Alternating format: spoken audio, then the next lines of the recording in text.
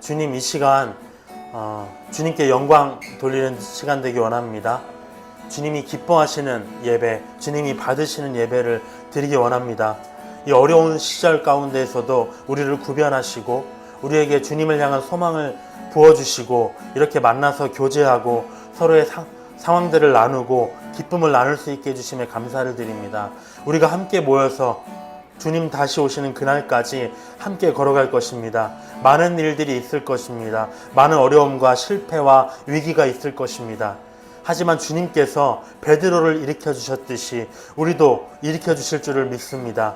우리 교회 안에 더욱더 충만한 복을 부어주시고 기쁨과 넘치는 주님의 사랑을 부어주셔서 우리가 서로를 볼 때마다 그 복을 서로 느낄 수 있도록 도와주시옵소서. 이 시간 주님께 영광 돌리며 성령님의 인도하심을 바라오며 살아계신 우리 주 예수 그리스도의 이름으로 기도드렸습니다. 아멘.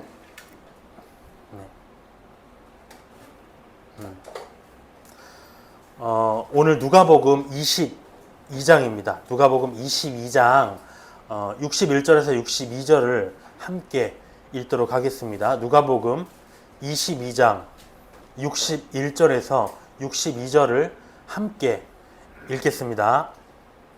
주께서 돌이켜 베드로를 보시니 베드로가 주의 말씀 곧 오늘 닭 울기 전에 내가 3번 나를 부인하리라 하심이 생각나서 밖에 나가서 심히 통곡하니라 라고 했습니다.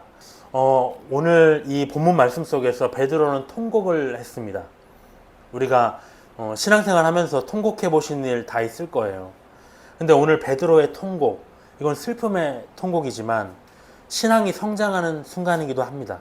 위기 같지만 위기는 아니에요, 사실. 근데 요새 느끼는 건 뭐냐면 진짜 종말로 가고 어려운 시절로 가고 있는데 이런 말씀이 계속 떠올려요. 믿음을 보겠느냐? 이거는 많은 의미가 있습니다. 그러니까 단순히 믿음을 보겠느냐 하는 건 뭐냐면 내 개인의 믿음뿐만 아니라 교회나 교제나 어떤 신앙생활 속에서 어떤 교회라는 형태가 남아 있겠느냐는 것이죠. 그냥 우리가 뭐 교회가 없어지진 않겠죠. 하지만 만나서 서로 어떠한 상황도 얘기도 없이 예배 드리고 훅 가버리고 이런 상황들. 근데 이런 것들은 사실은 믿음이라고 볼 수 없거든요. 진정한 교회가 아닙니다. 형제가 연합하는 것은 사실 그런 게 아니거든요. 근데 그러한 단면을 얘기 드렸지만 종말로 갈수록 계속해서 그러한 믿음을 우리가 생각하는 모임이나 어떤 예배 형태가 사라질 것이라는 겁니다. 무미건조하게 되는 게 문제라는 거죠. 기쁘지도 않고 슬프지도 않고 뜨겁지도 않고 차지도 않은. 오늘 베드로는 통곡했지만 사실은 이거는 반전의 순간이고요. 주님이 주목하시는 순간이고요. 사실은 더 나은 신앙을 위한 순간입니다. 오늘 예수님이 아끼는 수제자 이 베드로가 사랑하는 예수님을 3번이나 부인할 때 오늘 이 본문에 보면 61절에 보면 주께서 주의 눈과 예수님의 눈과 베드로의 눈이 서로 마주쳤다고 해요. 차라리 안 봤으면 좋았을 텐데 어떤 심정이었을까요? 우리가 어떤 사람에 대해서 대놓고 앞에서 그 사람을 원망하고 정말 비난하고 있는데 그 사람의 눈과 내 눈이 마주쳤을 때 저는 뭐 쥐구멍이라도 숨고 싶을 것이다, 창피했을 것이다, 이 수준이 아니라 너무 미안하지 않았을까요? 우리가 너무 많은 세월들을 보냈잖아요. 3년이라는 세월을 보냈잖아요. 성경에 다 기록되지 않은 정말 웃고 울고 하는 시절들이 있었을 거잖아요. 베드로의 과거도 물어보고 너 어떻게 살았냐? 이런 재미있는 얘기도 했을 거고요. 그런 사람 대 사람으로 만났는데 어떤 사람에 대해서 비난하고 저주하고 이런 상황을 봤을 때 그 눈이 마주쳤을 때 어떠한 마음이 들었을까요? 인간적으로 굉장히 괴로웠을 것 같아요. 이것도 그냥 사람의 관계거든요. 그냥 사람의 관계. 아, 나는 다를 줄 알았는데 결국 다른 사람들도 다 도망가고 세상이 다 버려도 나만은 끝까지 예수님 편일 줄 알았는데 아, 나도 이렇게 돼버렸구나. 나도 이제 나의 스승을 못 볼 것이고 나의 믿음도 끝났고 그 상황 속에서 사실 베드로 슬픔과 허탈함에 그런 눈물을 흘렸겠죠. 잘 나가던 제자 베드로의 믿음이 지금 바닥을 친 겁니다. 근데 우리가 지난주에 마지막 때를 살아가는 우리에게 예수님이 당부를 하셨습니다. 3가지였어요. 크게 방탕과 무절제와 술 취함, 쾌락, 생활의 염려 이런 것들에 빠져서 마음이 둔해지지 않도록 해라. 그리고 둘째와 셋째는 기도와 말씀에 힘써라 라고 얘기했습니다. 왜냐하면 이런 걸 소홀히 하면은 믿음에서 떨어져 나가기 때문에. 근데 오늘의 얘기는 뭐냐면요, 사실 관계 실패입니다. 관계의 실패. 신앙의 괴리가 뭐냐면 이런 말씀들을 다 배웠어요. 다 배웠고 다 알고 있고, 근데 계속 넘어진다는 게 문제입니다. 왜 그럴 수밖에 없었는가? 예수님이 십자가 형벌을 위해서 이제 붙잡혀 가시는 이 직전에 두 제자 베드로와 유다에게 일어나는 일들을 보면서 왜 우리는 실패하는가? 왜 예수님과의 관계에서 실패를 하는가? 라는 생각을 한번 살펴보도록 하겠습니다. 1절을 보도록 할게요. 6월절이라 하는 무교절이 다가오매 대제사장들과 서기관들이 예수를 무슨 방도로 죽일까 궁리하니 이는 그들이 백성을 두려워함이더라. 12 중에 하나인 가룟인이라는 유다에게 사탄이 들어가니 이에 유다가 대제사장들과 성전 경비대장들에게 가서 예수를 넘겨줄 방도를 의논하매 그들이 기뻐하여 돈을 주기로 언약하는지라. 유다가 허락하고 예수를 무리가 없을 때에 넘겨줄 기회를 찾더라. 예수님을 죽이기 위해 지금 모의를 하고 있었어요, 유대교 지도자들이. 근데 명절은 피하고자 했습니다. 왜냐면 사람들이 많이 모이기 때문에 군중 심리로 인해서 폭동이 날 수가 있었다는 거죠. 만약 폭동이 일어나면 우리가 종교권의 영향, 종교적인 영역에 있어서는 자치권을 우리가 로마에서 이스라엘에게 인정을 해줬는데 로마가 개입할 명분이 생기는 거잖아요. 그 과정에서 이 지도자들도 문책을 당할 수가 있었습니다. 그렇기 때문에 이거를 신중하고 은밀하게 처리를 했어야 됐다는 거죠. 근데 그렇게 어떻게 해야 될까 고민하고 있을 때 누가 나타났냐면 예수님의 제자 유다가 제 발로 나타난 거예요. 웬 떡이냐 이게 싶었겠죠. 그러면서 은 30세겔만 나에게 주십시오. 그럼 내가 예수님 넘겨줄게요. 이 제안을 받았을 때 유다가 5절에 보면 지도자들이 어땠습니까? 기뻐하였다고 했어요. 기뻐하며 수락했겠죠. 아, 드디어 열렸다. 드디어 기회가 생겼다. 우리가 예수님의 이제 12제자를 교회 리더라고 봤을 때 유다는 헌금을 관리하는 어떤 회계 재정 담당을 맡고 있었습니다. 요한복음 12장에 의하면 이 사람은 거두어들인 돈의 일부를 자기 주머니로 빼돌렸다고 해요. 이것으로 볼 때 그는 어떤 사람이었냐면 돈을 사랑하는 사람이었습니다. 급기야 어떤 지경까지 이르렀냐면 내 스승을 예수님을 죽이려는 복음의 원수들에게 가가지고 은 30세겔, 지금 하나의 가치로 따지면 한 40만 원 정도 이 돈이니까 이걸 가지고 예수님의 목숨과 맞바꿨다는 거죠. 하나님의 아들을. 이게 돈의 위력이라는 것이죠. 예수님을 따르는 제자가 돈에 집착하다 보면 이 지경까지 가는 거예요. 나는 아니다라는 것은 없습니다. 근데 어떤 사람들은 유다에 대해서 이렇게 얘기해요. 예수님을 팔 운명이었잖아. 이건 너무 불공평한 거 아닌가? 이렇게 얘기하는 사람도 있습니다. 왜냐하면 그 근거로 마태복음 26장에서 예수님이 유다에 대해서 너는 차라리 태어나지 않았으면 좋았을 뻔했다 이렇게 얘기하셨었거든요. 근데 이 말씀은 그가 그 운명으로 창조되었다는 말이 아니에요. 어떤 말씀이냐? 예수님은 전지하신 하나님이기 때문에 그가 어떤 선택을 할지 다 알고 있었습니다. 결말을 알고 계셨어요. 그렇기 때문에 그렇지 않았으면 좋았겠지만 얘는 그렇게 될 것이다 라는 걸 알고 계셨을 뿐이죠. 한편으로는 그러면 막으셨죠. 한편으로는 나의 자유의지를 존중하십니다. 왜? 내가 안 좋은 결말을 선택하지 않기를 바라시지만 권면하실 뿐이에요. 끊임없이. 근데 직접적으로 막으실 수는 없습니다. 유다에게나 우리에게나 지금 동일한 상황입니다. 14절에 보면 때가 이르매 예수께서 사도들과 함께 앉으사 이르시되 내가 고난받기 전에 너희와 함께 이 6월절 먹기를 원하였노라. 예수님은 만찬을 즐기시는 분이에요. 예수님이 무슨 걸신 들려서 그런 게 아니라 사람이 함께 먹을 때 친밀한 교제가 나오거든요. 16절에 보면 내가 너희에게 이르노니 이 6월절이 하나님의 나라에서 이루기까지 다시 먹지 아니하니라. 하나님의 나라에서 이루는 그날은 뭘까요? 어린 양의 혼인잔치겠죠. 어떤 잔치에? 어린 양의 혼인잔치에서 그 천국의 포도주를 마실 때까지 다시는 나에게 잔치는 없을 것이다 라고 얘기를 하고 계십니다. 17절에 이에 잔을 받으사 감사기도 하시고 이르시되 이것을 갖다가 너희끼리 나눠라. 내가 너희에게 이르노니 내가 이제부터 하나님의 나라가 임할 때까지 포도나무에서 난 것을 다시 마시지 아니하리라. 또 떡을 가져 감사기도 하시고 떼어 그들에게 주시며 이르시되 이것은 너희를 위하여 주는 내 몸이라.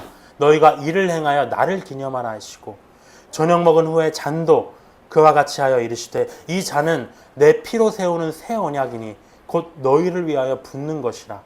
그러나 보라, 나를 파는 자의 손이 나와 함께 상위에 있도다. 인자는 이미 작정된 대로 가거니와 그를 파는 사람에게는 화가 있으리로다. 예수님이 십자가에 오르시기 전에 6월절 제자들과의 마지막 만찬에서 얘기하십니다. 온 인류의 죄값을 대신 치르시는 이 위에서 찢기신 몸, 흘리신 피를 상징하는 이 떡과 포도주를 함께 마시셨어요.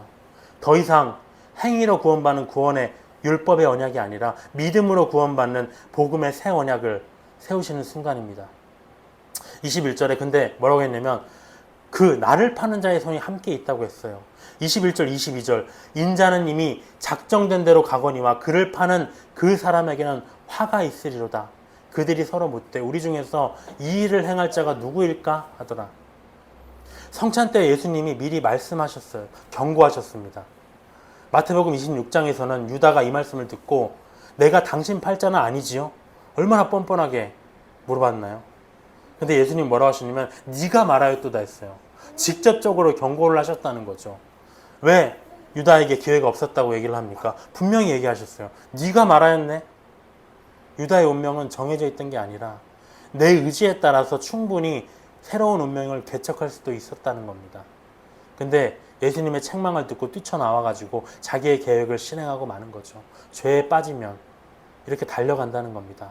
예수님의 말씀이 등 뒤에서 나를 책망하는데도 네가 말하였도다, 너가 문제다라고 얘기를 하는데도 무시하고 기어코 죄를 짓는 이 상황.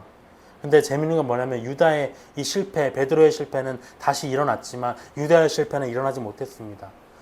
베드로의 실패는 신앙의 실패잖아요. 근데 유다의 실패는 뭐냐면 재물의 실패. 그러니까 이 재물의 문제가 굉장한 것이죠.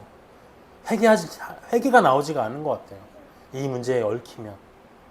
47절에 보면 말씀하실 때 한 무리가 오는데 12 중에 하나인 유다라 47절입니다.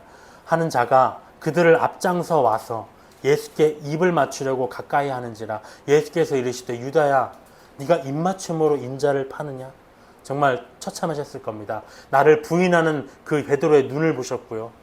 자기를 파는 유다의 입맞춤을 느끼셨습니다. 예수님을 잡으려는 무리와 미리 약속한 사인으로 해가지고 예수님이 누구인가를 지금 알려준 거죠. 그래서 이 한순간의 선택으로 성경 역사에 예수님을 배반한 자로 영원히 남게 됐습니다. 유다의 믿음의 실패, 주목할 점은 딱 하나예요. 그의 실패가 재물로 인한 탐심에서 비롯되었다는 겁니다. 디모데전서 6장 10절에 나와 있어요. 돈을 사랑함이 일만 악의 뿌리가 되나니 이것을 탐내는 자들은 미혹을 받아 믿음에서 떠나 많은 근심으로써 자기를 찔렀도다. 자기를 스스로 찌르는 것입니다. 유다의 실패. 그럼 베드로, 예수님의 수제자라고 하는 베드로의 실패는 어땠는가? 7절에 보면 7절을 다시 보겠습니다.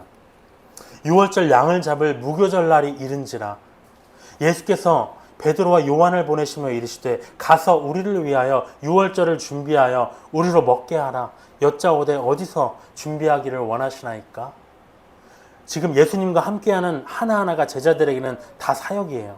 매년 제자들과 6월절 명절을 보냈습니다. 근데 세 번째 명절을 보냈는데도 베드로가 또 뭐라고 하냐면 어디서 명절을 보내야 될까요?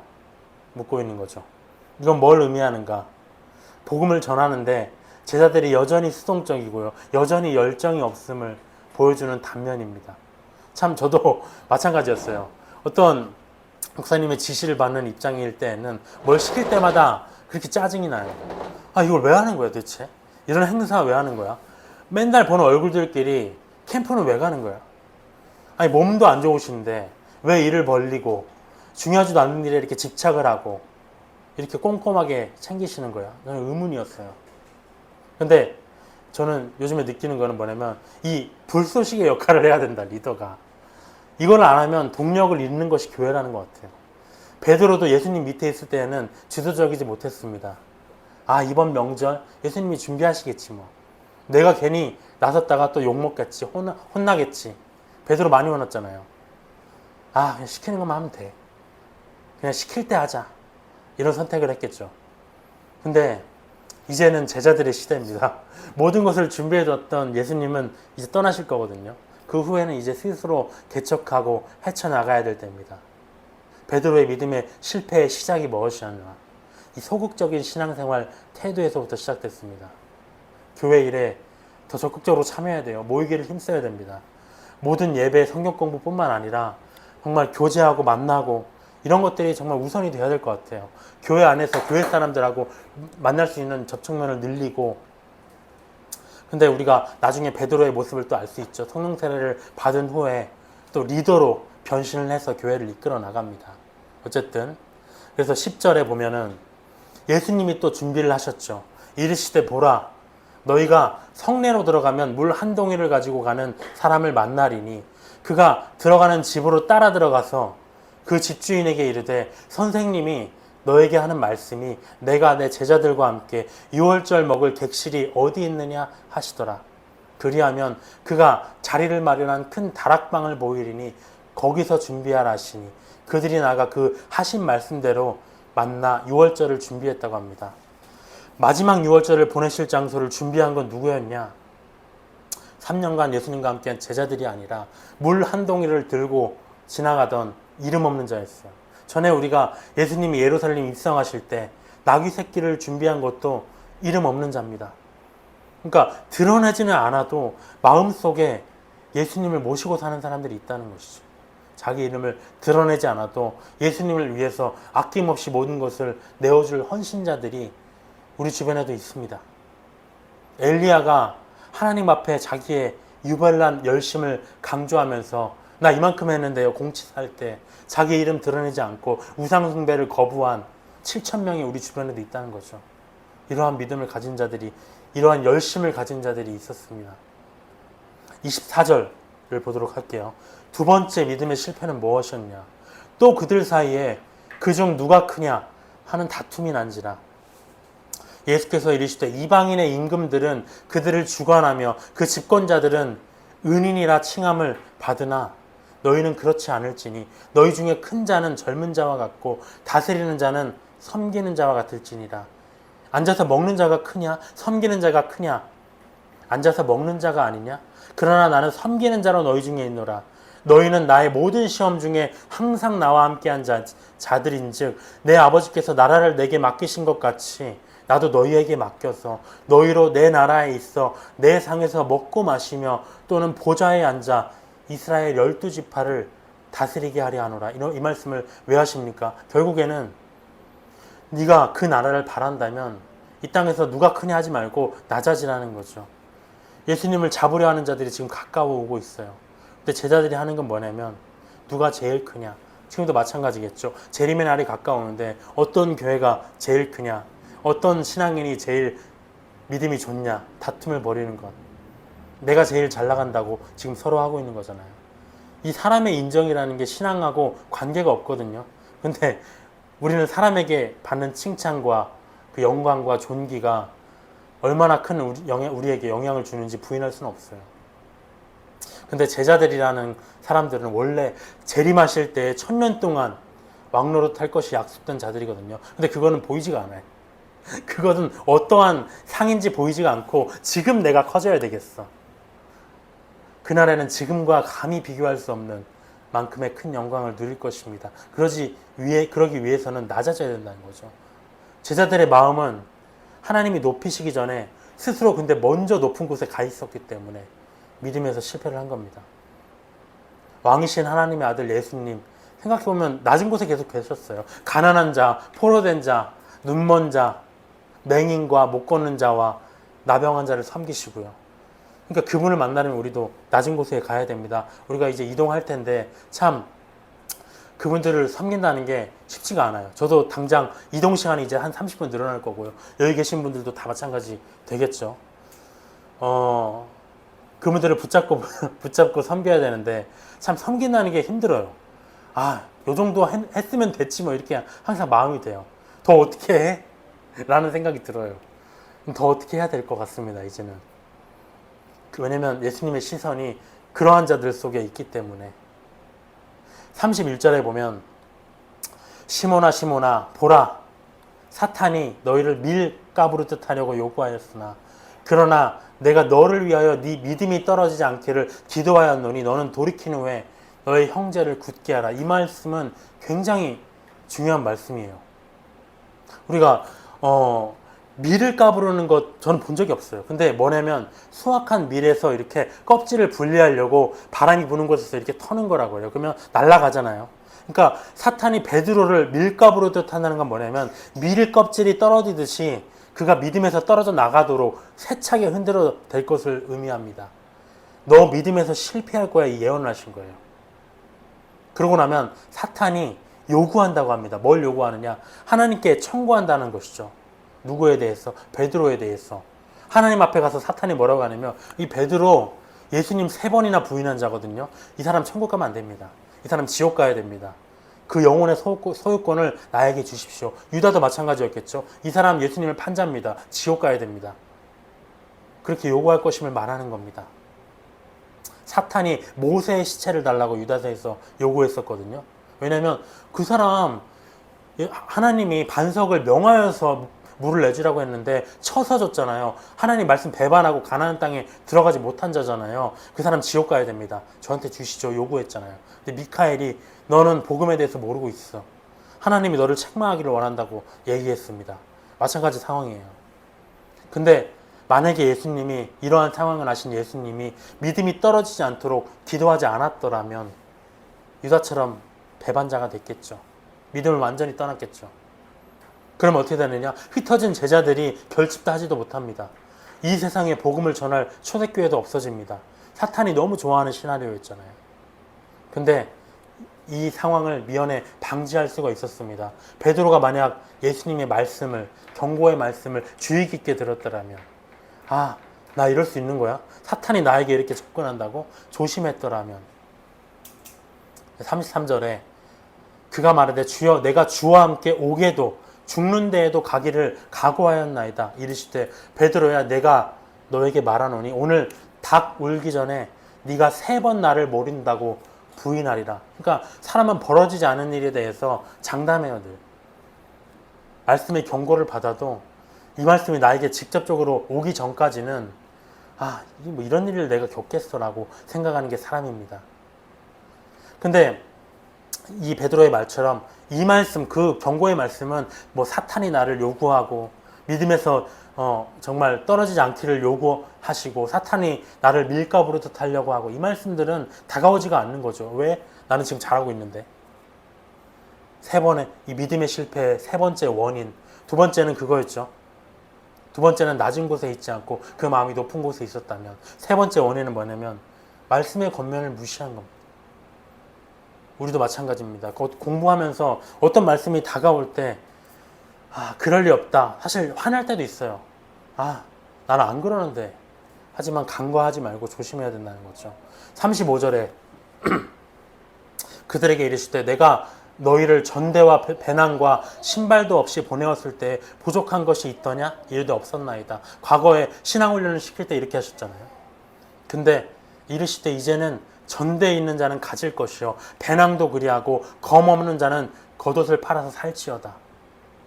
내가 너희에게 말하노니 기록된 바 그는 불법자의 동류로 여김을 받았다 한 말이 내게 이루어져야 하리니 내게 관한 일이 이루어져 가면이라. 이루어져 간다는 것. 이 말씀은 무슨 말이냐면 죄 없으신 예수님이 불법자, 십자가에서 불법자, 죄인과 동일한 취급을 받고 죽임당할 날이 가까워 오기 때문에 너희들의 시대가 이제 오고 있기 때문에 너희들이 가진 모든 것을 동원해서 할 수 있는 걸 다 하라는 겁니다. 너희 마음속에 하나님이 다 채워주실 걸 믿고 있지? 근데 그 마음을 가지지만 현실 속에서는 네가 할 수 있는 한 사역을 위해서 모든 것을 투입해서 그 사역을 헤쳐나가야 된다는 겁니다. 38절에 그들이 여짜오되 주여 보소서 여기 검 둘이 있나이다. 대답하시되 족하다 하시니라. 이 상황은 뒤에서 또 이어집니다. 39절에 보면 예수께서 나가사 습관을 따라 감람산에 가심에 제자들도 따라갔더니, 지금 방금 우리가 너 무엇을 준비해라 하신 것은 영적인 말씀이에요. 사실은 실제로 뭐 돈을 많이 벌라는 겁니까? 돈 많이 벌면 유다처럼 되거든요. 근데 전대에 있는 자는 가지고 배낭도 그리하고 검도 사라고 하신 거는 다른 영적인 의미가 있는 거예요. 그리고 난 다음에 39절에 감람산에 올라가셔서 가니까 제자들도 따라갔습니다. 40절에 그곳에 이르러 그들에게 이르시되 유혹에 빠지지 않게 기도하라. 그들을 떠나 돌 던질 만큼 가서 무릎을 꿇고 기도하여 이르시되 아버지여, 만일 아버지의 뜻이거든 이 잔을 내게서 옮기시옵소서. 그러나 내 원대로 마시옵고 아버지의 원대로 되기를 원하나이다. 이 말씀이 저도 참 힘들 때 얼마 전에 이 말씀이 떠올라서 몇 달 전이죠. 얘기를 했는데, 참 다시 말씀드리지만 이 말씀이 참 고백하기가 어려워요. 쉬울 것 같지만 아버지의 원대로 안 됐으면 좋겠어요. 맨날 힘들어요. 아버지의 원대로 되는 것은. 아버지의 원은 십자가잖아요. 아버지의 원은 죽는 거잖아요. 아버지의 원대로 안 되고 좀 내 뜻대로 좀 됐으면 좋겠어요. 근데 내 원대로 마시옵고 아버지의 원대로 되시옵소서. 이 말씀이 참 고백하기가 힘듭니다. 그 고백을 위해서 예수님이 기도하셨어요. 43절에 천사가 하늘로부터 예수께 나타나 힘을 더하더라. 예수께서 힘쓰고 애써 더욱 간절히 기도하시니 땀이 땅에 떨어지는 핏방울같이 되더라. 어떤 과학 프로그램에서 시도를 했는데요. 모세혈관이 터지면, 집중해서 기도하다 모세혈관이 터지면 땀이 핏방울처럼 나올 수도 있대요. 기도 후에 일어나 제자들에게 가서 슬픔으로 인하여 잠든 것을 보시고, 다른 곳에 복음서에서는 육신이 약하여서 잠들었다고 했는데 누가는 슬픔으로 인하여 잠들었다고 했습니다. 이르시되 어찌하여 자느냐, 시험에 들지 않게 일어나 기도하라 하셨습니다. 예수님이 십자가 사역을 앞두시고 습관을 따라 기도하기 위해서 겟세마네 동산에 오르셨어요. 습관을 따라 39절에 보면 습관적으로 기도했다는 거죠. 이건 뭐냐면 예수님의 기도가 이때에만 벌어진 특별한 사건이 아니라 그냥 일상이었어요. 사역 전후로 늘 홀로. 한편 근데 반대로 생각하면 하나님과 예수님과 성령님은 한 분이시거든요. 다 그분은 서로 공유하시는 분이에요. 근데 왜 이렇게 맨날 기도하셨을까? 우리를 위한 거죠. 너 이렇게 해야 된다, 너희들. 우리를 위해 본을 보여주신 거거든요. 기도가 일상이 돼야 됩니다. 저도 참 간절할 때만 기도가 돼요. 엊그저께 선우 또 병원 갔을 때 그때 기도했어요. 전날에도 기도가 안 나와. 근데 이제 진단을 받으러 들어가기 전에 그 병실 앞에서 기도가 나와요. 그때 급박해졌을 때, 그때 진짜 눈을 감고 주님이 해결해 주십시오. 내 마음속에 원하는 것 딱 하나였거든요. 교회에서 기도하고 얘가 찬양 반주할 수 있을 만한 그런 인지력을 가진 아이로 태어나게 해주십시오. 딱 그만큼의 얘기를 해주시더라고요. 이렇게 기도가 사실 일상이 돼야 되거든요. 근데 왜 기도가 일상이 돼야 되는가? 예수님 말씀하신 건 죄의 유혹에 빠지지 않기 위해서라고 하십니다. 40절에 유혹에 빠지지 않게, 첫 번째. 두 번째는 46절에 시험에 들지 않게. 이거는 가치만 조금씩 달라요. 그러니까 결국에는 영적으로 되지 않기 때문에 시험에 들고 유혹에 빠지는 거거든요. 우리가 기도한다는 거 하나님께 아뢰는 겁니다. 하나님을 의지하고 뜻과 능력을 구하는 것, 그 자체가 구약의 신약의 모든 하나님의 사람들은 기도의 사람들이었거든요. 그분하고 교제하면서 우리의 영이 호흡을 시작합니다. 근데 기도하지 않을 때는 진짜 우리가 느끼지만 영이 시들어가는 것 같아요. 육신이 근데 살아나요. 영만 시들어가는 게 아니라 육신이 살아나요. 내 육신의 만족을 추구하기 때문에 40절과 같이 죄의 유혹에 빠지는 거고요. 또 기도하지 않음으로 인해서 내 육신, 모든 것을 내 생각대로 결정하고 행동하는 육신적인 결정을 하기 때문에 46절과 같이 시험에 든다는 거죠. 올무에 걸리는 것. 그래서 어려움을 당하게 됩니다. 복음 사역을 특별히 리드하는 우리 제자들은 누구보다 영적이어야 되거든요. 죄사함을 전해야 되는 제자가 죄의 더러움 속에 빠진다. 하나님의 일을 하는 제자가 내 판단으로 어떤 걸 결정 내린다. 무조건 실패와 시험이죠. 그러기 위해서 기도가 필요했습니다. 근데 그 결과가, 기도하지 않은 결과가 49절에 바로 등장을 해요. 어떻게 됐느냐? 그의 주위 사람들이 그 된 일을 보고 여짜오되 주여 우리가 칼로 치리까. 예수님을 잡으러 사람들이 왔을 때 급박한 상황 속에서 결정과 판단을 내려야 되는데 베드로의 판단은 뭐냐면 칼로 쳐버릴까요? 50절에 그 중에 한 사람이 대제사장의 종을 쳐 그 오른쪽 귀를 떨어뜨린지라. 베드로입니다. 예수께서 일러 이르시되 이것까지 참으라 하시고 그 귀를 만져 낫게 하시더라. 베드로는 예수님을 붙잡으러 사람들이 들이닥치니까 너무 두렵고 당황스러웠어요. 그래서 검을 꺼내가지고 대제사장의 종 말고의 귀를 베어버렸습니다. 왜 검을 썼을까요? 아까 38절에서 예수님이 검을 준비하라 했거든요. 그러니까 그 내용을 영적으로 생각 안 하고 검, 그래 검, 이거를 가지고 예수님 오는 자들이 오면 내가 그걸 쳐 죽여야 되겠다. 그 말씀이구나. 누군가 나를 잡으러 오면 검을 써서 막으라, 이 말로 이해했다는 거죠. 근데 예수님은 너희의 믿음을 넘어뜨리려는 사탄이 공격해 올 건데 영적 전쟁에 대비해야 돼. 너희 가진 모든 것을 준비해서 복음 사역을 위해서 헌신해야 돼. 준비하고 대비하고 영적으로 대비하라는 얘기를 하신 거거든요. 근데 베드로는 기도를 안 해가지고 십자가 구원이 성경에 기록된 대로 차근차근 성취되고 있는데 이 상황을 영적으로 분별을 못하고 살아야 돼. 눈에 보이는 현상에만 집중해서 자기의 분노, 감정, 두려움 여기만 몰두해가지고 육신적으로 대응해버렸다는 거죠. 예수님을 도우려고 한 것 같지만 십자가 사역을 방해한 겁니다. 사역을 하다 보면 정말 그런 것 같아요. 신앙생활 하다 보면 억울하고 괴로운 일이 너무 많습니다. 어떤 날은 세상적인 방법으로 처리하고 싶을 때가 있어요. 네가 맞나 내가 맞냐 한번 끝장 토론 한번 해보고 싶어요. 이 문제를 법정으로 갖고 가든가 해서 다 까발려가지고 욕도 하고 싶을 때가 있어요. 어떤 세상 속의 직장에서도 마찬가지고요. 전에는 제가 몰랐는데 제 차가 이제 장애인 차가 되어다 보니까 장애인 주차구역 가로막는 차를 볼 때마다 너무 미워요. 분노가 터져 나와. 내 주차할 자리 있는데도 불구하고 그런 차들을 보면 저거 찍어가지고 찍은 적도 있어요. 신고를 해버려? 했다가 아니야 하지 말자. 그러니까 어떤 일을 다가오면 기도하기보다 사람이라는 게 검이라는 폭력의 도구로 육신적으로 해결하려고 한다는 거죠. 왜냐면 그게 즉각적이고 확실하거든요. 주님의 방법은 느려요. 우리가 이 육신의 감정을 내려놓고 기도했더라면, 예수님의 말씀을 기도함으로 묵상하면서 들었더라면, 깨어 있었더라면 하나님의 뜻이 뭔지 베드로가 분간했겠죠. 용서와 사랑이구나. 이거는 예수님의 계획대로 지금 가고 있는 거구나 라고 생각을 했을 겁니다.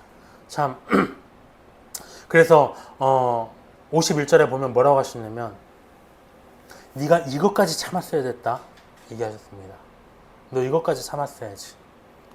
너 육신의 활개 그거 억제해서 이 망가진 관계, 회복할 수 없는 관계로 가지 말고 이렇게 했었어야지. 예수님의 말씀이 뭔지 분별했었어야지. 이것까지 참았어야지. 그러니까 크리스천의 사역의 삶은 참는 것 같아요. 우리가 이삭, 내가 땀 흘려 파낸 우물 누가 시비 걸고 이유 없이 그렇게 걸어와도 그냥 조용히 가는 것. 더 나아가서 우리가 사울의 옷자락을 베버렸지만 나를 그렇게 죽이려고 쫓아오는 그 사람, 사울의 옷자락을 베고 마음에 찔려하는 다윗과 같이 사실 그게 이것까지 참아라. 이게 예수님의 뜻인 것 같아요. 52절에 보면 예수께서 그 잡으러 온 대제사장들과 성전의 경비대장들과 장로들에게 이르시되 너희가 강도를 잡는 것 같이 검과 몽치, 몽둥이를 가지고 나왔느냐? 내가 날마다 너희와 함께 성전에 있을 때에 내게 손을 대지 아니하였도다. 그러나 이제는 너희 때요 어둠의 권세로다. 이들이 잡혀가는 것은, 내가 잡혀가는 것은 성경대로 기록된 예언의 성취라는 거죠. 영적인 성취가 이루어지고 있다는 겁니다. 늘 드러내놓고 활동하셨잖아요. 근데 왜 하필 이제서야 검과 몽둥이를 들고 나를 잡으러 오느냐? 난 너희들 곁에 늘 돌아다녔는데. 십자가 사역의 성취였습니다. 54절에 이제 마지막, 아까는 기도 부족이 네 번째였죠. 마지막 베드로 실패의 원인이 무엇이었냐? 예수를 잡아 끌고 대제사장의 집으로 들어갈 때 베드로가 멀찍이 따라가니라. 사람들이 뜰 가운데 불을 피우고 함께 앉았는지라. 베드로도 그 가운데 앉았더니 한 여종이 베드로의 불빛을 향하여 앉은 것을 보고 주목하여 이르되 이 사람도 그와 함께 있었느니라. 베드로가 부인하여 이르되 이 여자여 내가 그를 알지 못하노라. 조금 후에 다른 사람이 보고 이르되 너도 그 도당이다 패거리다 하거늘 베드로가 이르되 나는 이 사람아 나는 아니다. 한 시간쯤 있다가 또 한 사람이 장담하여 이르되 두 번이나 당했으면 도망쳐야 되잖아요. 생각이 났어야 되잖아요. 두 번이나 부인했네. 그때도 생각이 안 난 거예요. 한 시간쯤 있다가 또 한 사람이 장담하여 이르되 너는 갈릴리 사람이다. 참으로 그와 함께 있었다. 베드로가 이르되 이 사람아 나는 네가 하는 말을 알지 못하겠노라. 다른 복음서에서는 저주하면서 부인했다고 해요. 어떤 저주였을까요? 예수님 그 이단이야. 그 죽일 놈이야. 그 나쁜 놈이야. 사기꾼이야. 그렇게 하고 말하고 있을 때 닭이 울더라. 주께서 돌이켜 베드로를 보시니 베드로와 눈이 마주쳤어요. 베드로가 주의 말씀 곧 오늘 닭 울기 전에 네가 3번 나를 부인하리라 하심이 생각나서 밖에 나가서 심히 통곡하니라. 베드로가 예수님을 완전히 떠나버린 게 아니었거든요. 가까이 있었어요. 가까이. 눈이 마주칠 만큼 가까이 있었습니다. 근데 조금 거리를 두니까 멀찍이 따라갔다는 건 뭡니까? 거리를 좀 두니까 이렇게 돼버렸다는 거죠. 어찌 보면 나올 수도 있어요. 다른 제자들 다 도망가 버렸거든요. 베드로는 그래도 양심이 있어서 조금 가까이 갔어요. 근데 거리를 좀 뒀어요. 왜 그랬냐? 왜 거리를 뒀냐? 가까이 가면은 잡히니까요, 자기도. 그렇지만 떠날 수는 없거든요. 이러한 애매모호한 상황. 근데 갑자기 추위를 느꼈다는 거죠. 왜 추위를 느꼈는지 모르겠지만. 그래서 대제사장의 집들 안까지 들어가서 그 사람들과 어울려서 불을 쬐고 있는데 그 가정 속에서 예수님의 제자들을 알아본 자들의 추궁을 받다가 3번이나 부인하게 되는 상황. 믿음이 완전히 추락한 거죠. 우리도 예수님과 거리를 둘 때가 있어요. 뭔가 정말 세상 사람들과 얘기하고 재밌는 걸 느끼고 막 하다 보면 재밌는데 요 정도의 조금 거리는 괜찮아라고 생각이 들 때가 있는데 돌이켜보면 너무나 돌이킬 수 없이 또 제 속으로 들어갈 때가 있어요. 세상살이가 바쁘거나 녹록지 않기 때문에 인생의 추위가 느껴진다는 거죠. 근데 문제는 뭐냐면 작은 틈이 벌어졌을 때 그 틈을 그냥 놔두는 게 아니라 세상에서 메꾸려고 해요. 반드시. 사람이라는 존재는 공허함과 외로움과 괴로움의 추위를 세상에 온기로 녹이려고 자꾸 하는 거죠. 그렇지만 오늘 예수님을 핍박하고 거부하는 세상 사람들 마찬가지잖아요. 믿지 않는 세상 사람들 틈에 끼어서 불을 쬐다 보면 뜻밖의 그런 일이 너무 많았습니다. 저도. 이런 믿음의 문제가 생기게 된다는 것이죠. 힘들 때마다 그럼 어떻게 되는가? 더 예수님을 가까이 하고 끌어안고 교회 안에서 살아가야 되는 것. 형제들과 연합하고 믿는 자들과 함께 서로의 시대를 살아나가야 된다는 것.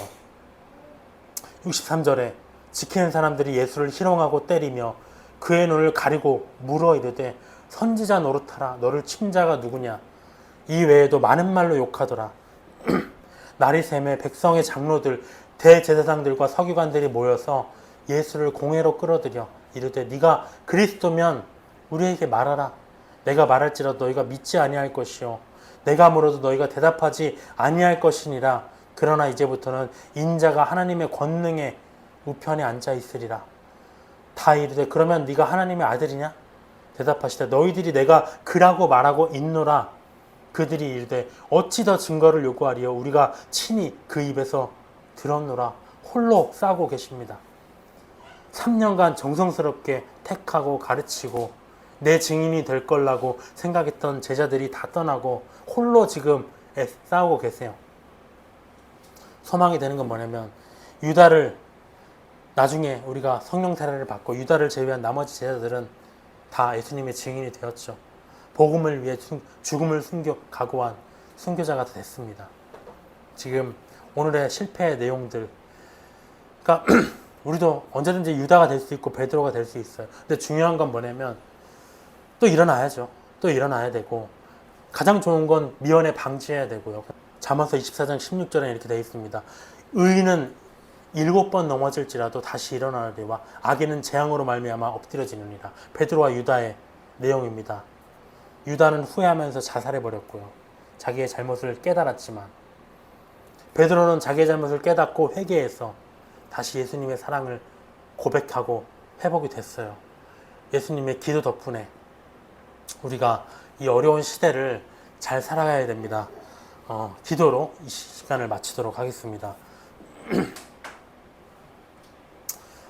주님, 참 어려운 시절입니다. 베드로의 실패, 유다의 실패와 같은 그런 실패가 우리의 삶 속에서 너무나 많이 일어납니다. 근데 지금 우리에게 더욱더 어려운 것은 무언가가 알 수 없이 공허하다는 것입니다. 알 수 없이 외롭고 슬프다는 것입니다. 홀로 있을 때 무언가가 예수님과의 나와의 관계에 틈을 만들고 거리를 두게 만들고 한다는 것입니다. 그 벌어진 틈 사이에 사탄의 것들이 들어오게 됩니다. 주님, 우리의 삶을 온통 예수님의 계획 안에 있게 하여 주시옵소서. 예수님의 사랑 안에 거하게 도와주시옵소서. 누구를 만나고 누구를 무슨 일을 하고 누구와 무슨 대화를 나누고 어떤 곳에 갈 때마다 오직 예수님과 함께 동행한다는 느낌을 받을 수 있도록 도와주시옵소서. 우리의 삶을 인도하여 주시고 더욱 가까이에서 더욱 주님과의 가까이에서 살아가는 매일매일이 될 수 있도록 우리를 지켜주시옵소서. 우리의 신앙이 흔들리지 않도록 도와주시옵소서. 예수님의 이름으로 기도드렸습니다. 아멘.